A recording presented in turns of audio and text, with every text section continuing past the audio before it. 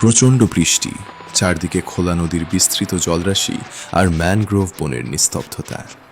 নদীর বুকে ভেসে চলা একটি বাঁশের ভেলা, আর তার উপর গড়ে তোলা ছোট্ট এক আশ্রয়ে আমি আর আমার বিশ্বস্ত পোষা কুকুর। ঝড়ের মুখোমুখি হয়ে নদীতে মাছ শিকার, কুঁড়েঘর সুরক্ষিত করা এবং রাতের আধারে গরম খাবার রেঁধে টিকে থাকার এক অদ্ভুত রোমাঞ্চকর গল্প আজ আপনাদের শোনাব। হঠাৎ করেই বৃষ্টির বেগ বহুগুণ বেড়ে গেল, আর চারপাশ ঢেকে গেল ঘন কুয়াশা ও বৃষ্টির চাদরে। আমি এক হাতে প্লাস্টিকের শক্ত টি হ্যান্ডেল লাগানো বৈঠা দিয়ে ভেলাটিকে নদীর তীব্র স্রোত ও বাতাসের বিপরীতে ম্যানগ্রোভ বনের নিরাপদ আশ্রয়ের দিকে নিয়ে যাওয়ার প্রাণপণ চেষ্টা করতে লাগলাম। শক্ত বাঁশ ও কাঁচকাঠ দিয়ে তৈরি আমার এই ভেলাটির ওপর গড়ে তোলা হয়েছে বাঁশের তোরণ দিয়ে তৈরি খড়ের ছাদ। ভেজা বাতাসে আমার পোষা কুকুরটি ঠান্ডায় কাঁপছিল, তাই ওকে কম্বল দিয়ে পেঁচিয়ে ঘরের ভেতর নিরাপদে বসিয়ে দিলাম। তবে বাইরে মুষলধারে বৃষ্টি বেড়েই চলেছে, খড়ের চাল দিয়ে পানি চুইয়ে পড়ার আশঙ্কা তৈরি হয়েছিল। তাই আমি ঘরের ওপর একটি বড় নীল রঙের ওয়াটারপ্রুফ তারপলিন ফেলে দড়ি ও বাঁশের সাথে শক্ত করে বেঁধে দিলাম, যাতে ভেতরের জিনিসপত্র ও আশ্রয় শুকনো থাকে। তারপলিন ভালোভাবে বেঁধে ঘরটিকে সম্পূর্ণ ওয়াটারপ্রুফ করার পর আমি বাইরে এসে আবার বৈঠা ধরলাম।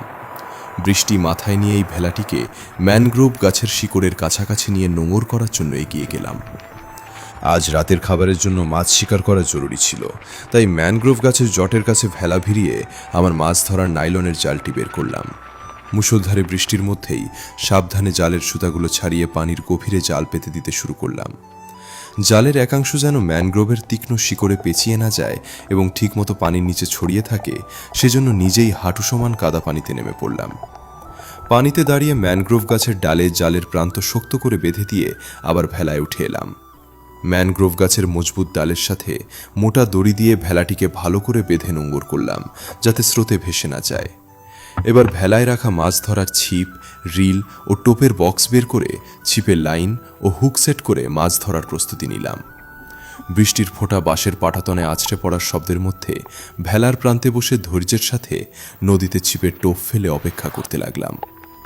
জোয়ার ভাটার এই কাদা পানিতে ম্যানগ্রোভ বনের আশেপাশে বড় মাছ পাওয়ার সম্ভাবনা সবচেয়ে বেশি থাকে। ঘন্টার পর ঘন্টা কেটে যাচ্ছিল, আর মুষলধারে বৃষ্টি থামার কোনো লক্ষণ ছিল না।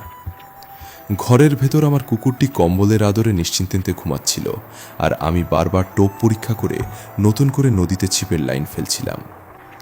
ভেলায় এসে কিছুক্ষণ আমার বিশ্বস্ত কুকুরটির পাশে বসে তোয়ালে দিয়ে ওর ভেজা মাথা ও গা সাবধানে মুছে দিলাম এবং একটু আদর করে দিলাম।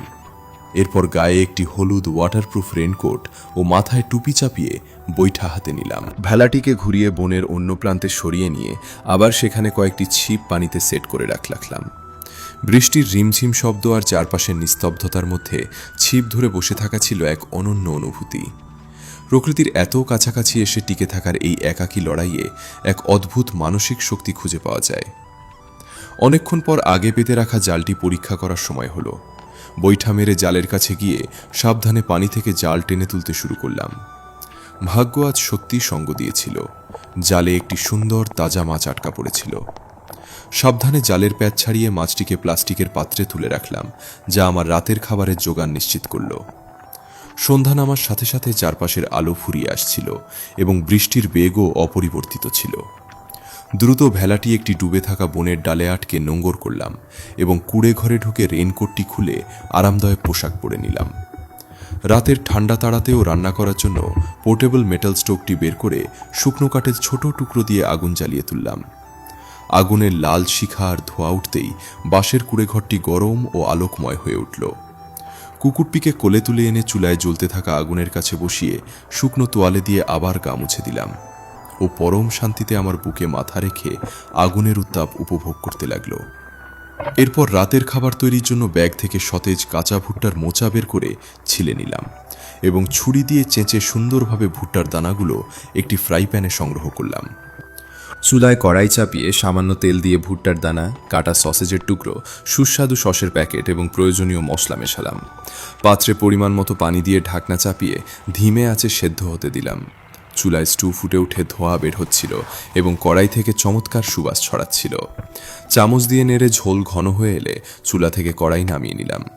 হলুদ প্লাস্টিকের থালায় প্রথমে আমার বিশ্বস্ত কুকুরের জন্য গরম খাবার বেড়ে দিলাম এবং নিজের পাত্রেও গরম স্টু ঢেলে নিলাম। ঝুম বৃষ্টির রাতে নদীর বুকে ভাসমান ভেলায় বসে নিজের হাতে তৈরি গরম গরম খাবার খাওয়ার আনন্দ ভাষায় প্রকাশ করার মতো নয়। আমরা দুজন মিলে তৃপ্তি সহকারে নৈশভোজ শেষ করলাম। এরপর বোতল থেকে সুপে পানি পান করে নিজেকে সতেজ করে নিলাম এবং ঘরের চালে ঝুলানো হ্যাঙ্গিং লণ্ঠনের আলোটি একটু কমিয়ে দিলাম। বাইরের মুষলধারে বৃষ্টির শব্দ আর ভেতরে আগুনের মৃদু উষ্ণতার মাঝে কুকুরটিকে পাশে নিয়ে কম্বল মুড়ি দিয়ে শুয়ে পড়লাম। একটি দীর্ঘ রোমাঞ্চকর দিনের শেষে এই নিস্তব্ধতায় ভেসে ঘুমিয়ে পড়ার মাধ্যমে সমাপ্তি ঘটল প্রকৃতির মাঝে টিকে থাকার সেরা এক অভিজ্ঞতার।